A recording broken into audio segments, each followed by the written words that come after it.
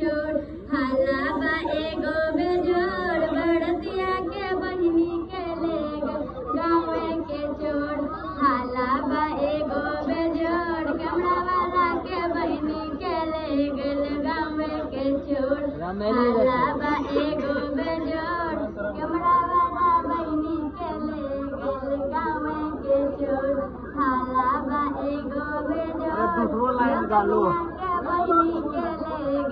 आगू आगू आगू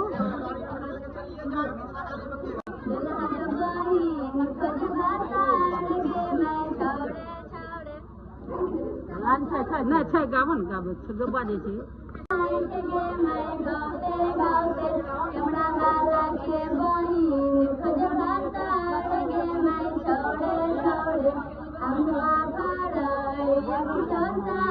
गे मैं गाते गाते हाँ दो लाइन दो